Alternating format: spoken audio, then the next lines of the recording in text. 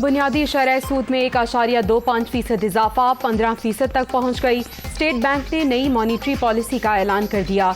रवां माली साल तरक्की की शरह 4% तक मुतवक्के, महंगाई की शरह 18 से 20% रहने का इम्कान।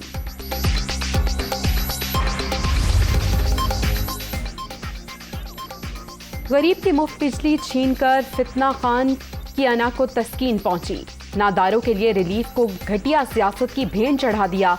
पंजाब की आवाम से नवाला छीनने वाले किस मुंह से वोट मांग रहे हैं? मरियम नवाज का ट्वीट।